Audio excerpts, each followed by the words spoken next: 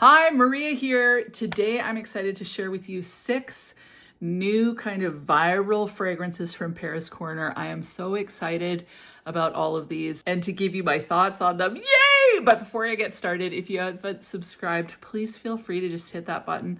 I would love to have you part of the community, and let's get into this. I've got the Ophidian fragrances that I'm going to talk about together, but I'll talk about them at the end.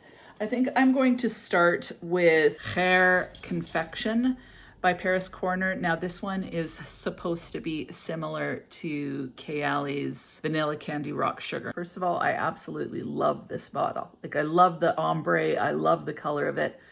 The gold cap, I could take it or leave it. I think it's actually kind of cool, but I really think the bottle is pretty. Now I have a Vanilla Candy Rock Sugar, so I thought I would do a total comparison of the two. A lot of times you need to let Middle Eastern fragrances macerate, and these are relatively new. So I got them in about 2 weeks ago. So I've given them all full wears, but they still could use time macerating, and a lot of times that makes a difference. As far as this one being similar to Vanilla Candy Rock Sugar, you guys know that I'm very, very hard on something that's supposedly a dupe. This one is definitely inspired by. So I get the vibe, I get the feel. It's got the pear note in there, followed by the super candy feel. So it has a very similar vibe. I wore them side by side today and one other day just so that I could really give you a full comparison of the two. Vanilla Candy Rock Sugar, and it was one of the reasons why I almost never bought it, has a pear note that's very similar to La Belle. And so that pear note stays for me almost through the whole entire wear of the fragrance. I still really enjoy wearing it, even though that La Belle pear is in there. But it's really quite prominent, especially to begin with. In fact, it takes about 3 hours for that pear to kind of settle down and for me to get the fullness of kind of that candy-esque feel. Vanilla Candy Rock Sugar has so many candy-esque notes. It's got some rum in it, so it's got marshmallow, bubblegum, jelly bean, caramel, sugar. So lots and lots of kind of candy-esque, gummy bear, juicy, delicious candy notes that are in that fragrance, along with this rum and the pear. So the vanilla definitely comes out, but I get a lot of that candy vibe along with the pear. But it's pear and candy and then vanilla. And it feels a little bit fuzzy or sparkling. And so that's my experience with that fragrance. I enjoy wearing it on. It's a massive projector. It lasts a long time on my skin. Some people don't find it lasts that long. For me, it lasts a really long time. Now, Khair Confection, it's a little bit different in that I don't get as much of the pear. I do get it in the opening, and it's a little bit more of a fresh pear as opposed to a La Belle pear. So to me, it doesn't have that same La Belle pear vibe that Vanilla Candy Rock Sugar has, but it does have a pear note. Now this one for notes, it has pear and whipped cream in the opening. It's got cashmeran, jasmine, and ylang ylang. And in the base, it has vanilla, marshmallow, and sandalwood. Now, what I find is this one doesn't feel sparkling as much as smooth. So I almost like the finish, if I could say that, of this one better than Vanilla Candy Rock Sugar. Candy Rock Sugar definitely has a better projection, in my opinion. Like I said, this has to macerate, but it has a little bit more projection, and I don't think that they're similar, like maybe 80% similar. So it definitely gives you the vibe. This one, however, I feel like it gets less candy-esque as it moves on and gets a little bit more vanilla sandalwood feeling. I don't find this one to be as sweet as Vanilla Candy Rock Sugar, but I think it's a very nice fragrance. They're both in the same family. This one has less pear, which I actually prefer. I like the sweetness and the sparklingness of Vanilla Candy Rock Sugar to begin with. I like the projection of Candy Rock Sugar, but I actually like the dry down of this one. In the deep, deep dry down, I find that this one's a little bit more smoother and a little bit more, it takes a turn and goes into a little bit more of a woody feel. I find that Vanilla Candy Rock Sugar, the pear stays almost the whole entire time. Like I smell that pear. This one really settles down and the pear dissipates. The pear still is quite prominent almost the whole entire wear of the fragrance. I find Vanilla Candy Rock Sugar to be sweeter. I find this one to be a little bit more smooth, whereas Vanilla Candy Rock Sugar is sparkling. And I really enjoy the dry down of this one. To me, it takes a completely different turn and goes into more of a sweet woody as opposed to staying quite sugary vanilla. There is a little bit of a woody vibe, but it's overpowered in Vanilla Candy Rock Sugar by those sweet notes, which like I'm not saying that's a bad thing. I just noticed the sweet more than the wood, whereas this one, the sweet kind of dies down and the woodiness comes up a little bit more. So I'm happy to have both in my collection. I would say that this one is probably more wearable if you find sugary sweet things to be too much. So if you found the Vanilla Candy Rock Sugar to be too sugary, but you still kind of like the feel, you may like this one. If you don't want that label note, that label pear note, this one, it's definitely played down. So I hope that makes sense. I think this is a beautiful fragrance. I don't think it's as long lasting as Vanilla Candy Rock Sugar, at least not yet. But like I said, it's new. So we'll wait and give it a month and then I'll get back to you. Love the bottle. All these Paris Corner fragrances are really pretty hyped up. So I'm so excited. Okay, the next one is Minya. Now again, the bottle on this is quite amazing. You've got this beautiful turquoise color with kind of a rose gold metallic look on it. Now this one, as soon as I sprayed it, I'm like, I know this smell. I know this smell. I kept on thinking, I know this smell, and I could not think of what it was. So I knew this smelled like something I had smelled before, and it was driving me crazy.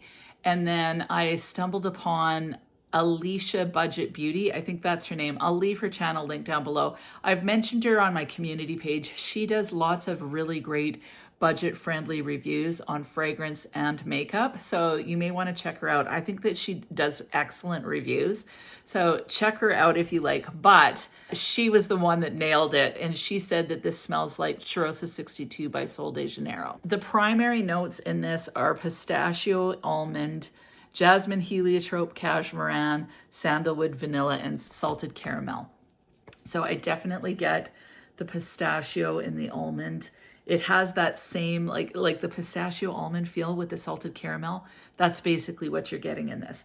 Now, to me, there's a slight fruitiness to this one and Cheirosa 62, along with that almond pistachio feel. And what I think it is the heliotrope. Now that I've smelled heliotrope from Sunyata, I would say it's the heliotrope, which smells like a flowery gummy bear. And I definitely get that vibe in here. So the notes are very similar as well to Cheirosa 62. Now, Cheirosa 62 isn't my favorite scent profile. Like, I enjoy it, but I've got to be in the mood. And it is because I get a fruity feel on top of that warm nutty. So it smells like that solar tropical, like it's making my mouth water because I love the nuttiness. I love that salted caramel feel, very vanillic. And this one lasted a long time. Like it lasted at least 6 hours on the skin. So honestly, if you love that DNA, this is an excellent option to go with because it's affordable and it lasts way longer than the spray. And I personally think it lasts longer than the Sol de Janeiro fragrance. So it's in that same family. You really can't go wrong. If you can't get enough of the Boom Boom Cream, if you love Sol de Janeiro 62, then this one is right up your alley. This is one I definitely see me wearing, especially in the summer. And Hessie, she gave me a whole entire Boom Boom Cream set. So this is gonna be perfect with that. So it's not, like I said, I've got to be in the mood for it. Sometimes I find it too much somehow, but if that's your thing, like, and lots of people, like, it's viral for a reason, this, you have to get it. So the next fragrance is Khayal. This is the bottle for that. It's quite elegant, feels a little bit vintagey. Now this fragrance is a lot more fresh. So for you freshy lovers, this is one to check out. I'm gonna read the notes. It has bergamot and orange in the top. In the heart, it has white grapefruit, soft woody notes, and the base has musk and white amber. Now, when I first sprayed this fragrance, I didn't think it would be one I would be interested in because it's very musky. I get the citruses right off the cap. When I sprayed it, I get all of that. And I just thought, it's not really my vibe. It's too clean. So it's that typical kind of clean girl, fresher type fragrance. I saw someone compare Khayal to Jeulia by Perfumes de Marly. And so I tried the two of them on my skin to compare them. Jeulia, I just have a decant of it. And to me, they're not very similar. So Jeulia is not my favorite scent profile either. Very fresh, a little bit musky, a little bit aldehydic, but the two do have similarities. This one to me had more of a citrus vibe in the opening than Jeulia, although they both do have citruses. I found that Jeulia, this was a little bit more sparkling feeling, honestly. Jeulia felt a little bit more smooth. And I found it a little bit sweeter in the heart, but I found this one sweeter in the dry down. Out of the two, I actually preferred this one. I found that this one, I appreciated the way it kind of developed. So I wasn't crazy about this to begin with, but as it developed, I preferred this one over Jeulia. Same sort of vibe, very clean, slightly aldehydic or sparkling, and just very kind of classy, sophisticated. Anybody that kind of likes that musky, fresh vibe would actually enjoy this. It's not my favorite scent profile. I thought I would hate it. Like I smelt it and I'm like, oh, and I wasn't excited to try it on. But then when I compared it to Jeulia, I preferred this. And it wasn't actually too bad. So I'm not mad at this. It's just not my personal style, if that makes sense. But I can see a lot of people, if you want a fresh, musky, easy reach, classy fragrance, this is a great option to reach for. So I'm not mad at it, but I can't see myself wearing it very often just because it's not my vibe. Maybe in the summer, we'll see. I think the thing is that you never really know until you try them on your skin a few different times. So it's not one that I would gravitate towards.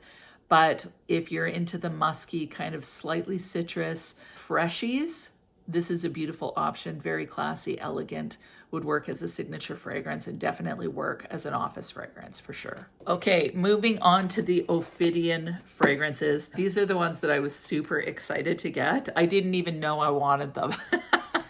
So first of all, I love the packaging. And the other thing is that this is all PR for me. So like lots of fragrances are PR for me. The companies always know, and I always state it, that I'm going to give my honest opinion. I try to keep the things classy because some things maybe really, really stink, but it's very rare that I find a fragrance stinks.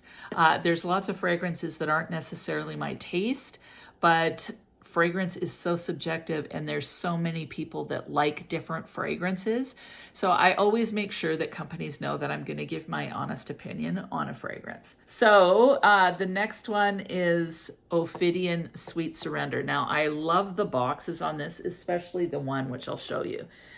Each box in the collection looks the same, has a different pattern on it. So that's this pattern.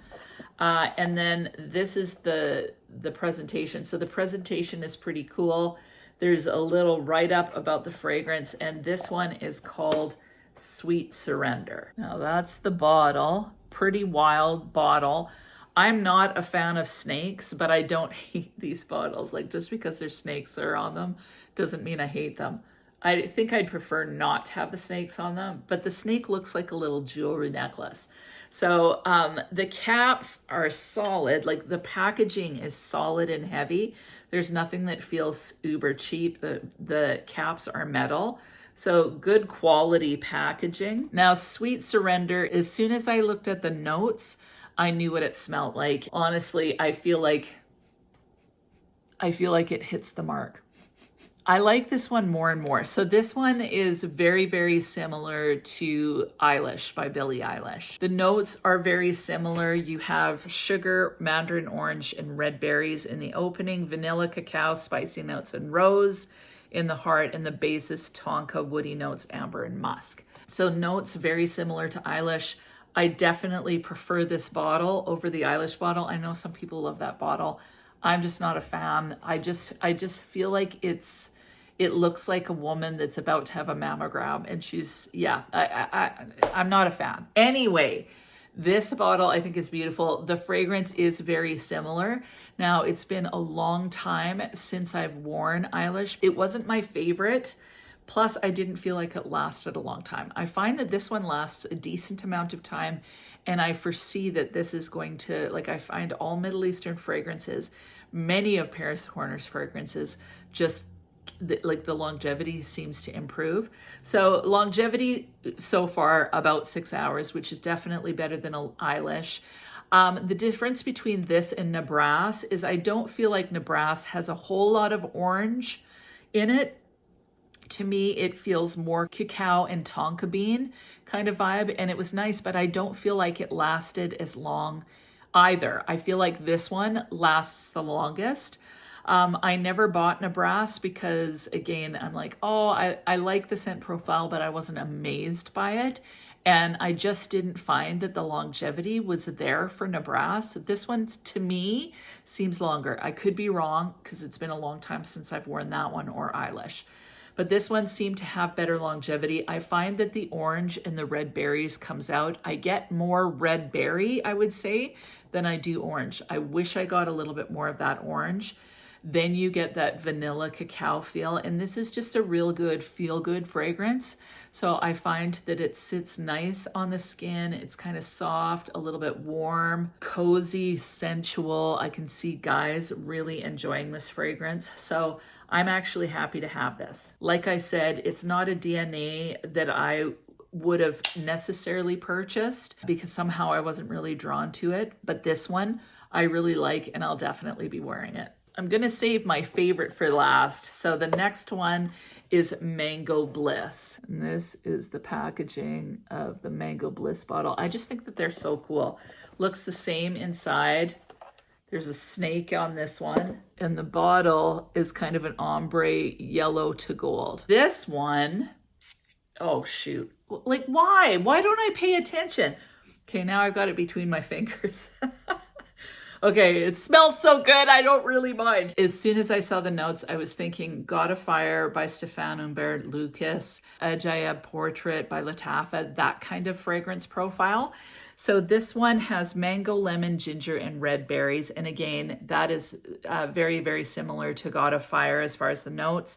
Woody notes, coumarin and jasmine, and the base is musk, amber, oud, and cypriol oil. I have tried God of Fire on my skin, but I can't really weigh in about how exact it is. What I do notice about this one is the lemon actually comes out quite strong in the opening, and it's mouth-watering. Like, it's a delicious kind of juicy, almost like very, very tart lemonade mixed with ginger, which is making my mouth water, mixed with mango. The mango, slightly green, I would say. Like, it's not super, super juicy, and it's not sweet, sweet, sweet.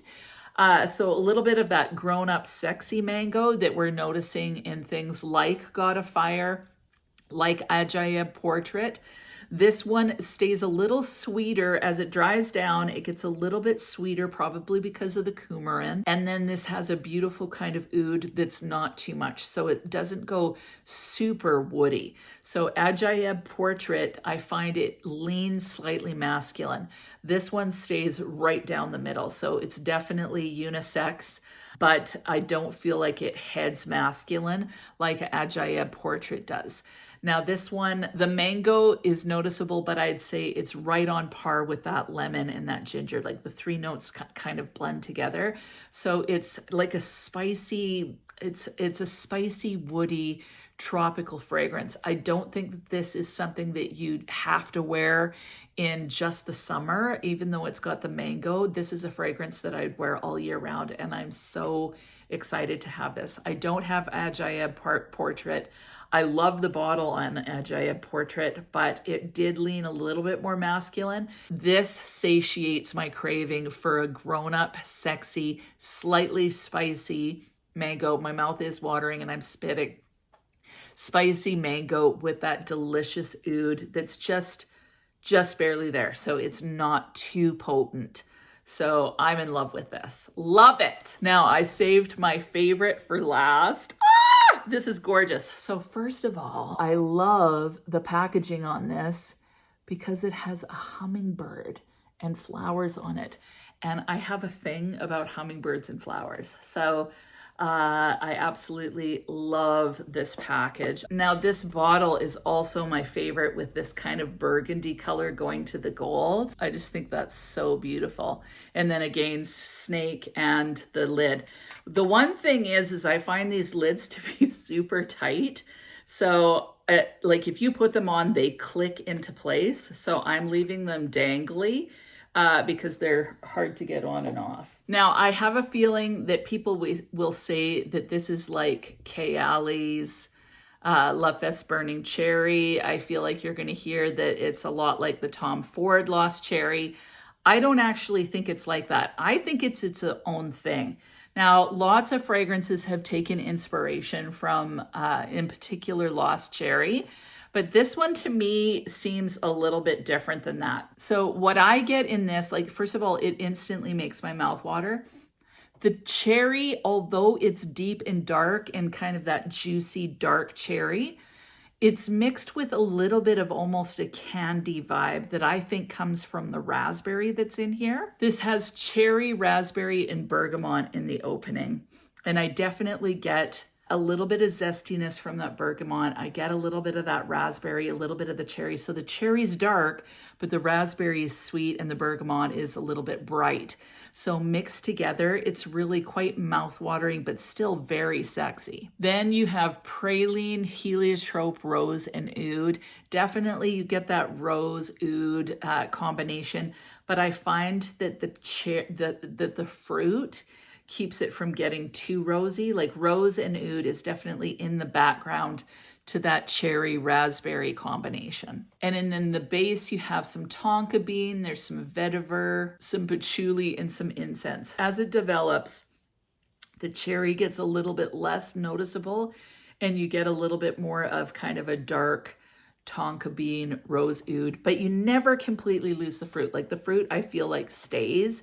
So sometimes cherry kind of disappears, like in Tom Ford Lost Cherry, the cherry disappears. The cherry stays in this one for quite some time.